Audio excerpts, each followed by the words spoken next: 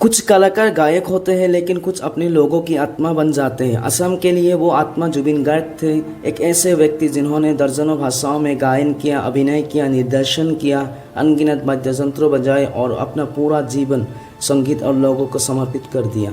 आज आइए इस दिग्गज जुबिन दा के जीवन के बारे में 10 रोचक तथ्य जानें।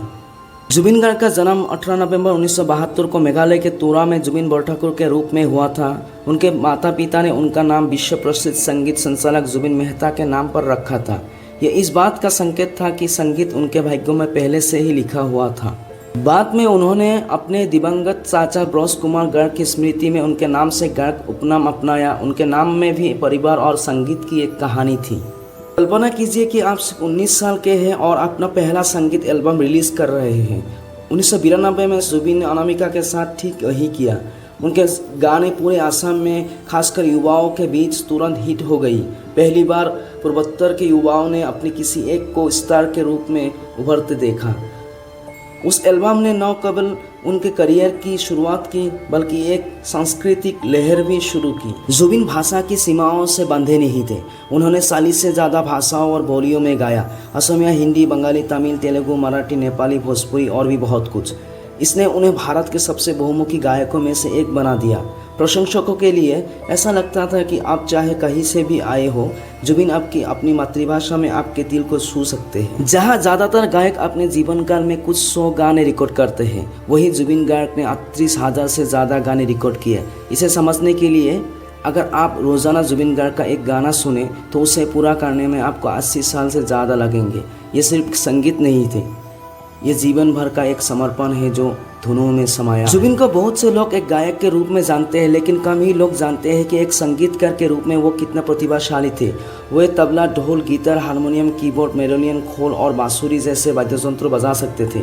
मंच पर वो सिर्फ एक गायक नहीं थे, वो एक पूरा बैंड बन सकते थे। इस बहु वाद्ययंत्रों की महारत ने उनके संगीत को एक अनूठा स्वाद दिया।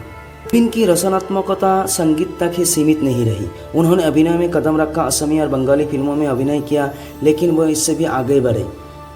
2017 की फिल्म मिशन चाइना में असम में बॉक्स ऑफिस के रिकॉर्ड तोड़ दिए, जिससे पता चला कि जुबिन सिर्फ एक गायक ही नहीं बल्कि एक संपूर्ण मनोरंजनकर्ता और कहानीकार भी थे।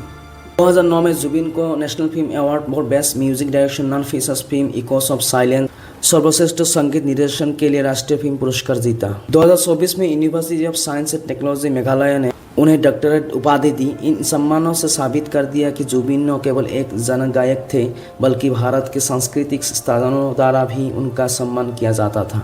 जुबिन कभी सिर्फ प्रसिद्धि के लिए नहीं थे, वह आम लोगों के संघर्ष से गहराई से जुड़े थे। असम में बाढ़ राहत के लिए दान देने से लेकर सामाजिक मुद्दों पर बोलने तक और कोविड-19 देखभाल के लिए अपना घर खोलने तक वह हमेशा लोगों के साथ खड़े रहे। प्रशंसक उन्हें न केवल उनकी आवाज़ के लिए बल्कि उनके साहस और करुणा के लिए भी पसंद करते थे। 2006 में बॉलीवुड ने वो चुना जो असम पहले से जानता था। गैंगस्टर फिल्म के गाने या अली के साथ जुबिन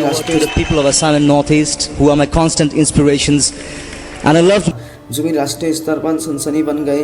ये गाना चार्ट पर सबसे ऊपर रहा, भारत के हर कोने में बजाया गया और यहाँ तक कि अंतर्राष्ट्रीय स्तर पर भी पहचान हासिल की। फिर भी बॉलीवुड की प्रसिद्धि के बावजूद जुबिन हमेशा असम लौटते रहे, जिससे साबित हुआ कि स्टारडम उन्हें कभी अपनी जड़ों से अलग नहीं कर पाया।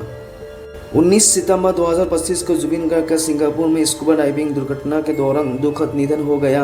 उनकी मृत्यु ने लाखों लोगों को शॉक कर दिया, लेकिन प्रतिक्रिया ने उनकी असली विरासत को दर्शाया। सड़कों, शोकाकुल प्रशंसों से भरी दुनिया भर से श्रद्धांजलि दी जाने लगी और असम शोक में डूब गया।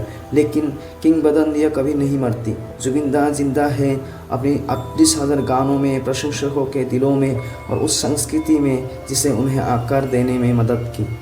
जुबिन गार्ग सिर्फ एक कलाकार नहीं थे, वो एक भावना थे, एक आंदोलन थे, एक आवाज़ थे जिसने लाखों लोगों को पहचान दी।